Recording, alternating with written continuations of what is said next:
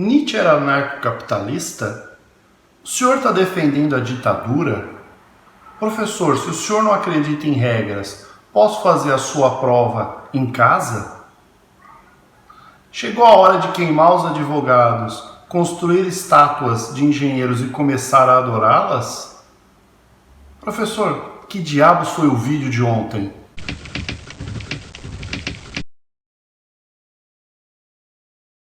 Seja muito bem-vindo à sua Pitada de Engenharia, o canal que discute a sociedade, a música, as artes e principalmente o que acontece na universidade. E é o canal onde alunos, professores e a sociedade discutem o ensino, em especial de engenharia, no Brasil. O vídeo de ontem eu tenho certeza que provocou muitos sentimentos, provocou muita polêmica. E eu tenho certeza também que algumas pessoas que foram meus alunos perceberam o que estava acontecendo. Eu estava usando uma das técnicas pedagógicas que eu considero mais instigantes, uma das técnicas pedagógicas com maior potencial de embutir ao aluno e desenvolver no aluno a capacidade de reflexão, de crítica e de construção de conhecimento. Eu estava usando o socratismo. Mas, professor, o que é o socratismo?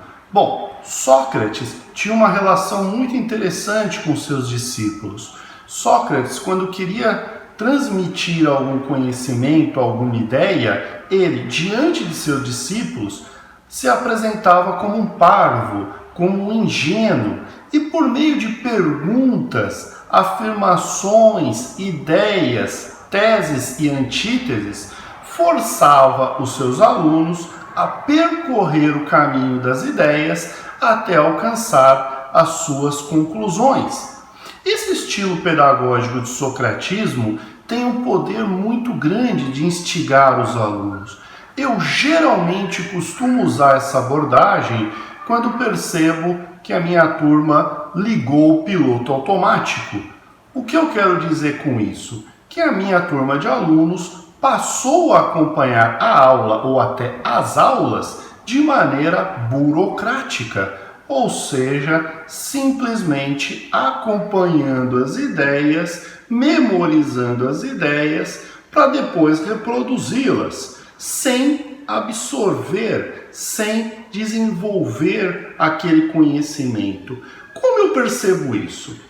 Sempre que um orientado meu chega na minha sala e diz que não tem dúvidas, ou sempre que os alunos de uma turma não têm dúvidas sobre um exercício ou sobre uma demonstração de um teorema, eu tenho a mais absoluta certeza, a mais absoluta convicção de que os alunos não refletiram sobre aquele tema, não refletiram sobre aquela tarefa.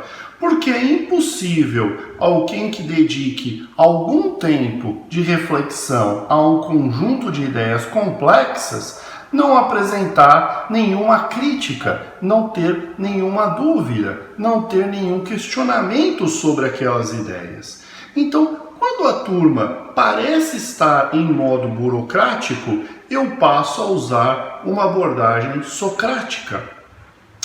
Alguns exercícios que eu gosto muito de fazer durante as disciplinas. Um dos exercícios é verificar se os alunos estão acompanhando o desenvolvimento da disciplina.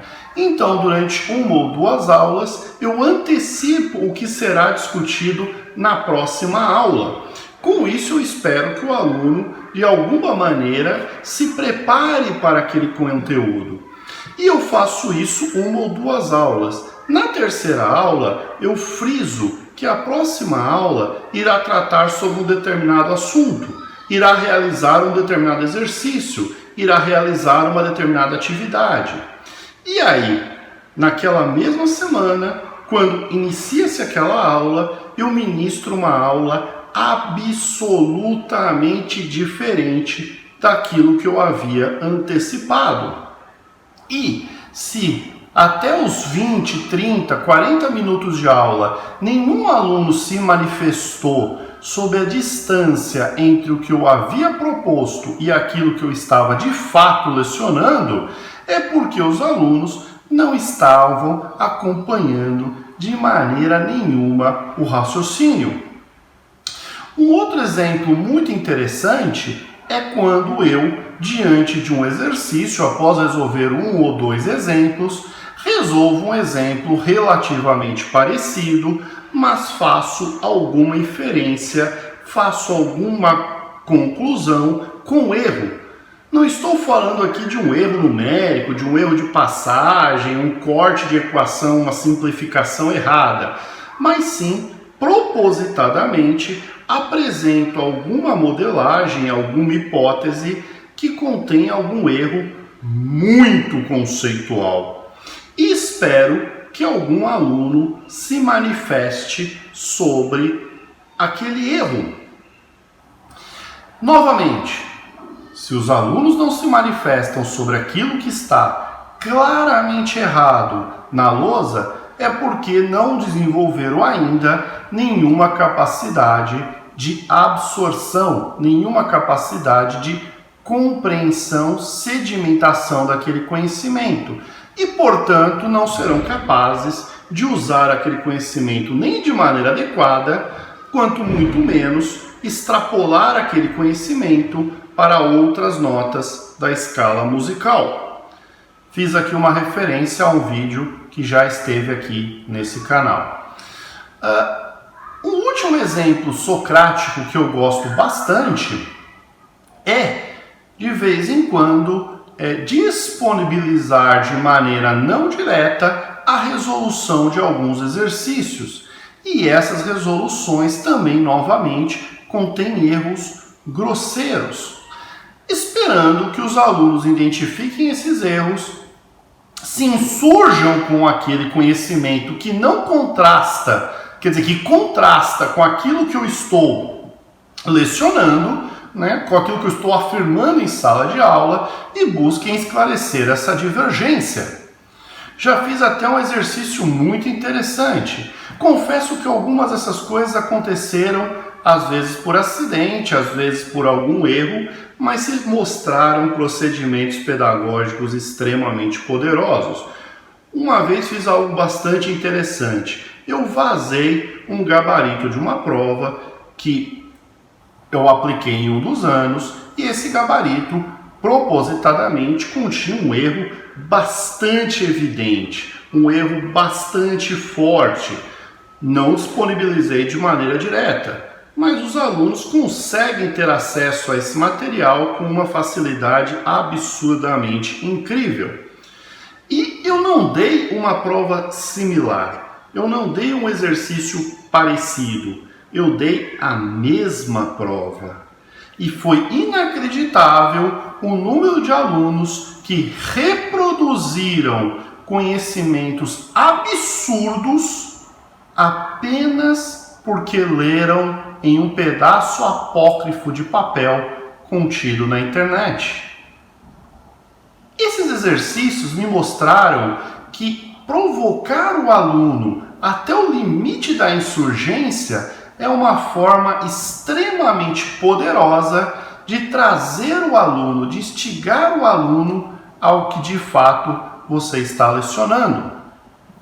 E no vídeo de ontem eu usei de fato uma teoria, uma visão nietzschiana do mundo, mas fiz algumas, vamos dizer, algumas provocações que claramente mereceriam contraponto.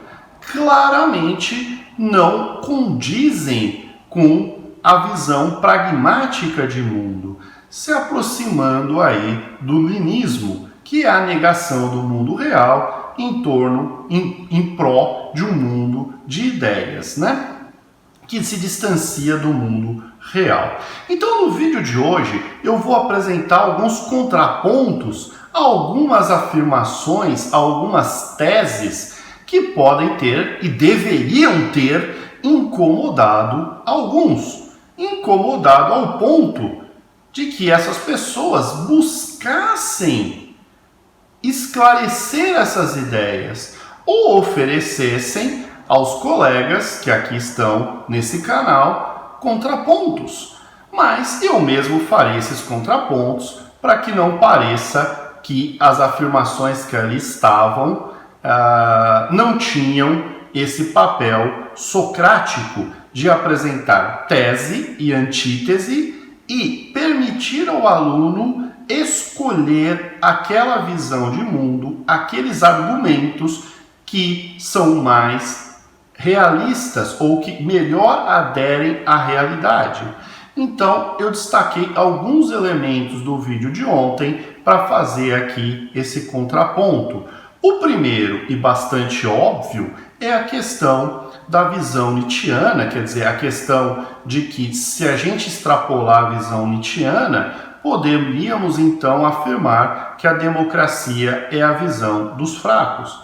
De fato, o argumento está correto do ponto de vista nietzschiano, mas ele tem um detalhe absolutamente fundamental, que é o seguinte: quem vai estabelecer quanto vale uma pessoa? Eu? Você que está aí? Uma comissão de notáveis? E essa comissão de notáveis vai usar quais argumentos para dizer se uma pessoa vale 1, meio ou 2? O número de citações? O número de publicações? O número de curtidas do Facebook? O número de seguidores no Twitter? O número de likes nos vídeos? A cor da pele? A religião? O time de futebol? O gosto musical? A contribuição para o PIB brasileiro? Eu não sei. E com certeza não há resposta. Por quê? A ideia de que alguém possa valer mais pressuporia a ideia de que alguém teria o poder de dizer quanto essa pessoa vale. E é evidente que, a menos que nós retornemos ao Egito e juramos fidelidade e obediência a faraós deuses ou deuses faraós, é evidente que em uma sociedade a gente não possa sonhar ou mesmo conceber um sistema de governo onde todos não tenham a mesma importância, o mesmo valor. Até porque, percebam, o vídeo e Nietzsche dão as pistas. Eles falam, não existem pessoas reativas e pessoas ativas. Existem ações, forças. Então é evidente que a pessoa não será reativa, valerá menos, não será ativa, valerá mais. E quem definirá isso? Então, nesse ponto, eu prefiro, manifesto agora a minha opinião conclusiva, deixo a você a sua opinião, eu prefiro acreditar em Winston Churchill, quando ele diz o seguinte: a democracia é o pior sistema de governo ou pior regime político. No entanto, não há nenhum outro sistema melhor do que ele. E é evidente que eu concordo muito mais com Winston Churchill do que com a extrapolação da visão nietzschiana de que a democracia é uma vitória dos fracos. Vamos ao segundo ponto que talvez tenha incomodado e deveria ter incomodado muita gente, quando afirmamos que o método científico é uma vitória dos fracos. E é verdade. Se levarmos a convicção nietzschiana ao extremo, de fato, a aplicação de métodos a objetos deve independer do pesquisador, eliminando a individualidade do pesquisador. Mas, de novo, existe um contraponto muito fundamental. Primeiro contraponto: onde está a inspiração do pesquisador? Onde está a genialidade? Onde está a alma, a individualidade, a singularidade do pesquisador? Está justamente na escolha que o pesquisador faz de métodos e objetos. Se o pesquisador não delimitar os objetos a serem estudados e as técnicas a serem estudadas, não haverá pesquisa científica. Então, a genialidade e a individualidade do pesquisador se mostram na concepção do trabalho. E tem um ponto muito importante. Se a gente não puder repetir, qualquer que seja a pessoa, aquele experimento científico e obter as mesmas conclusões científicas, então estamos ferindo um dos pilares, um dos princípios fundamentais do método científico, que é a falseabilidade. Só podemos chamar de ciência aquilo que deriva da possibilidade de qualquer pessoa reproduzir um experimento e chegar às mesmas conclusões diante de um mesmo cenário. Sem falseabilidade, qualquer conclusão científica que não obedeça ao princípio da falseabilidade, na verdade, não passa de uma convicção pessoal. Convicções pessoais têm importância? Muita. E talvez sejam motivadores, catalisadores de conhecimento científico futuro. Mas enquanto forem convicções pessoais não falseáveis, não serão, portanto, conhecimento científico. Assim, é evidente que o cientista tem a genialidade ao conceber um problema, uma metodologia e tratar de construir modelos que descrevem a realidade e resultados que dependam unicamente do indivíduo que realizou o experimento não podem ser considerados resultados científicos. Isso tem um youtuber, que na verdade é um pesquisador, ou pesquisador que é youtuber, que é o Pirula. O Pirula bate muito nessa tecla de que só é ciência aquilo que é falseável. Sou forçado a concordar com esta afirmação do Pirula e, portanto, sou forçado a não acreditar no caráter individual do cientista para a geração dos resultados, que seria então a visão nietzschiana. Mas repare, deixo claro que a inspiração individual é fundamental ao cientista para a concepção do problema, do experimento e para a modelagem e compreensão do fenômeno, ok? Um terceiro ponto que certamente pode ter levantado algum questionamento é a questão dos regimentos, das regras, das pessoas mesquinhas. Bom, aqui talvez fique mais interessante o argumento, porque passamos a enxergar no outro aquela conduta que nos incomoda. E aqui a provocação foi muito interessante no sentido daquilo que eu queria buscar a reflexão. E novamente Nietzsche deu a pista. Não existem pessoas reativas e pessoas ativas. Todas as pessoas são movidas pelas duas forças. Então, professor, o senhor nunca escreveu um regimento? Escrevi um regimento.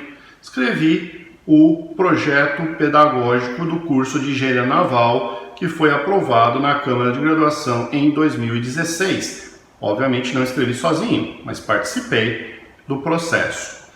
O senhor não escreve planos de ensino todo semestre? Escrevo planos de ensino todo semestre. O senhor não estabelece regras para o uso do laboratório que o senhor coordena? Estabeleço regras para o uso do laboratório que eu coordeno. Então o senhor é uma dessas pessoas postulentas, uma dessas pessoas mesquinhas que o professor Clóvis usou uma alegoria para fazer o exagero. O problema está nas pessoas que vivem apenas para essas ações reativas. E eu confesso que o número dessas pessoas é bastante restrito. Confesso que tive pouquíssimos, ao longo desses 40 anos de vida, tive contato talvez com pouquíssimas pessoas que naquela fase da vida que eu convivi demonstravam esse comportamento. Mas o fato é que todos nós, hora ou outra, acordamos e tomamos medidas, palavras que são movidas sim por forças reativas. E aí sim mantenho não o argumento alegórico, que daqui a pouco eu vou dizer por que é perigoso, mas mantenho sim a convicção nietzschiana de que devemos ficar atentos às nossas atividades para verificar a real importância de alguma objeção que fazemos. Eu comecei o vídeo cobrando alunos de se oporem a atividades, a aulas, a enunciados, a resoluções que continham erros. Portanto, eu enxergo na contestação uma atividade fundamental para o processo de aprendizado. Logo, nós como professores também devemos contestar todo e qualquer tipo de atividade. Já pensou se o meu tesão, a minha alegria de dar aula, estabelece que eu darei aula no momento que me sentir inspirado e os alunos deverão estar de prontidão na sala, aguardando a minha inspiração? Já pensou se o meu tesão impõe que a minha voz deva ser reproduzida em decibéis estratosféricos, em decibéis de show de rock, por todos os corredores da universidade? Por mais que eu goste de ouvir a minha voz, certamente estar num ambiente onde o único ruído será a minha voz será algo totalmente inaceitável. Então, é evidente que o estabelecimento de regras, o estabelecimento de contratos sociais entre as partes que se relacionam, e aí foco na universidade, um contrato de aprendizado entre o professor e o aluno é peça fundamental para o bom funcionamento da disciplina. Da mesma forma que um contrato social entre o professor e a universidade, em todos os seus entes, é peça fundamental para o bom funcionamento da própria universidade.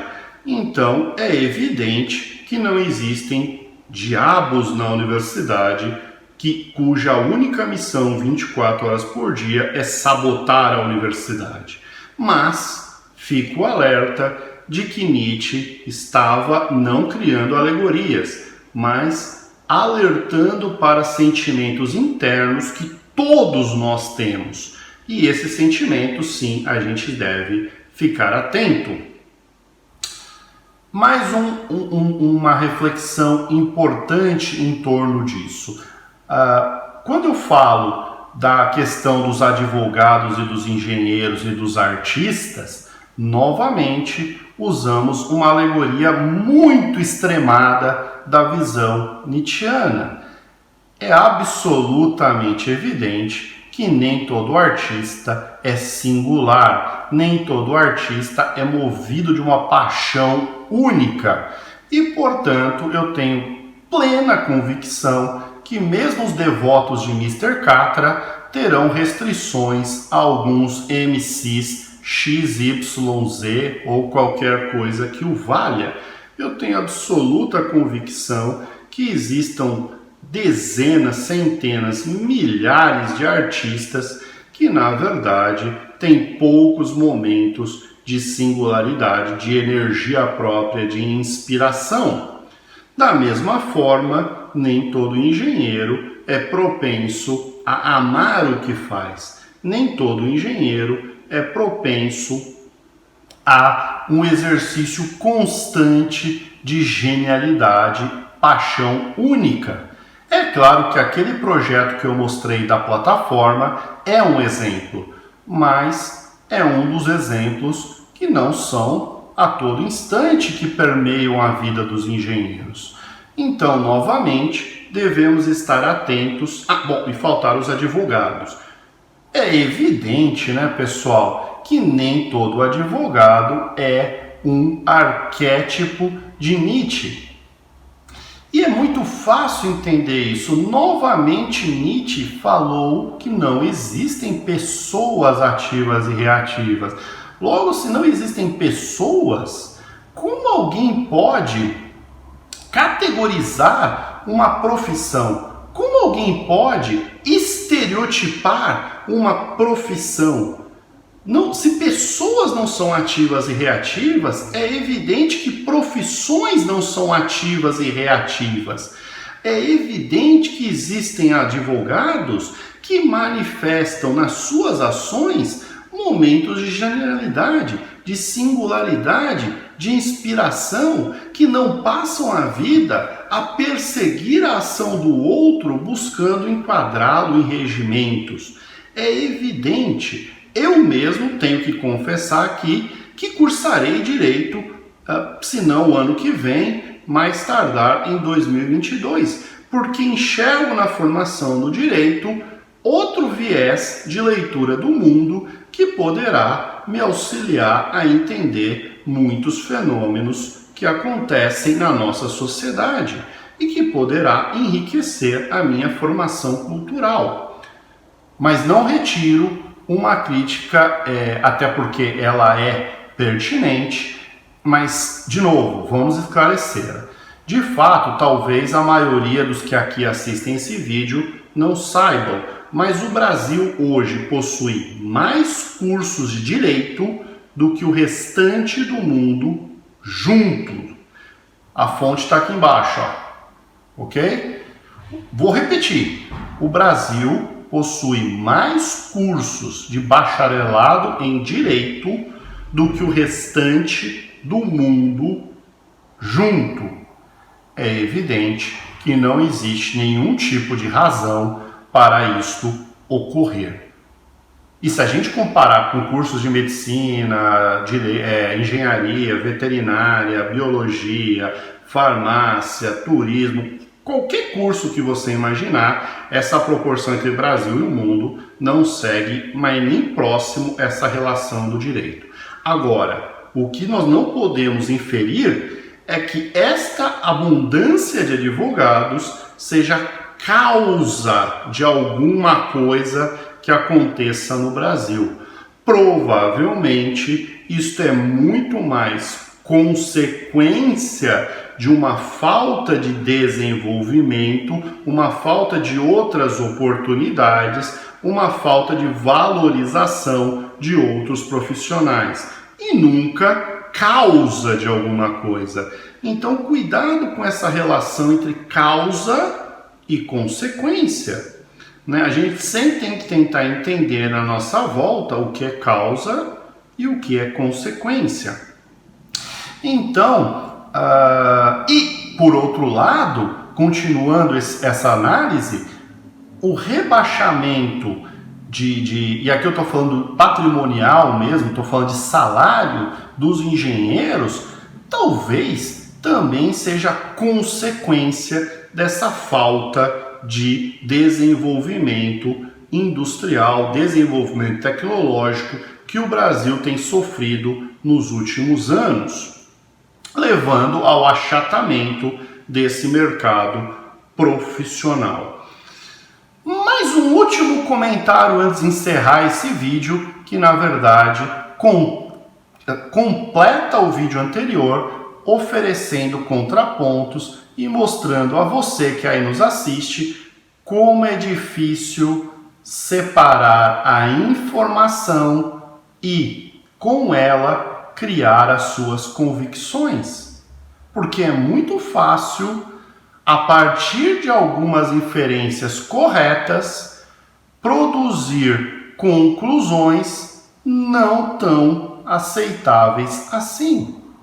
E por isso o nosso esforço na universidade em desenvolver em nossos alunos a formação, o senso crítico, a capacidade de reflexão, a capacidade de questionar sem ser movido por forças reativas, a capacidade de questionar sendo movido por forças ativas, porque é possível questionar e estar sendo movido pelas forças ativas de Nietzsche, ok?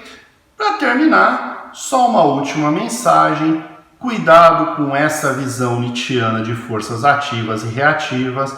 Novamente, entenda que isto ocorre em cada um de nós. Cada um de nós está fadado a um momento, por motivos quaisquer, motivos psicológicos ou de sociedade, se deixar dominar por forças ativas e reativas. No momento que criamos alegorias, criamos espantalhos e colocamos nele pechas de pessoas ativas e reativas, fazemos o que, aí sim, o Brasil tem experimentado fortemente nos últimos anos. Criamos grupos antagônicos, fantasiosos, onde sempre será o nós contra o eles. O grupo do nós só ouvirá aquilo que lhe interessa. O grupo do eles só ouvirá aquilo que lhe interessa. Tudo aquilo que o grupo do nós fizer é maravilhoso. Tudo aquilo que o grupo do eles fizer é odiável. Então, essa cultura do nós contra eles tem se alardeado, tem se espalhado no Brasil de maneira assim absolutamente espantosa. É inacreditável como as pessoas conseguem, a partir de poucas opiniões, classificar as pessoas entre nós e eles e começar a desenvolver uma guerra, não uma guerra de ideias, não uma guerra de pensamentos, de opiniões, mas uma guerra de espantalhos. Bom, espero que você tenha gostado dessas reflexões e agora sim tenha entendido a visão nietzschiana de sociedade e a visão nietzschiana de universidade. E esteja atento não a espantalhos reativos que lhe sabotam, mas esteja atento às forças reativas dentro de si que se sabotam, sabotam a sua alegria, a sua potência de agir, e passem então a exercitar uma vida mais movida pelas forças ativas, seja como aluno, seja como engenheiro, seja como professor, ou seja como um membro de uma sociedade que gostaríamos que melhorasse a cada dia. Muito obrigado, espero que tenha gostado desse canal, desse vídeo de 1 hora. Se gostou e quer continuar ouvindo as nossas reflexões, clica aqui em inscrever, clica aqui no gostei e seja sempre muito bem-vindo à sua pitada de engenharia. Um grande abraço.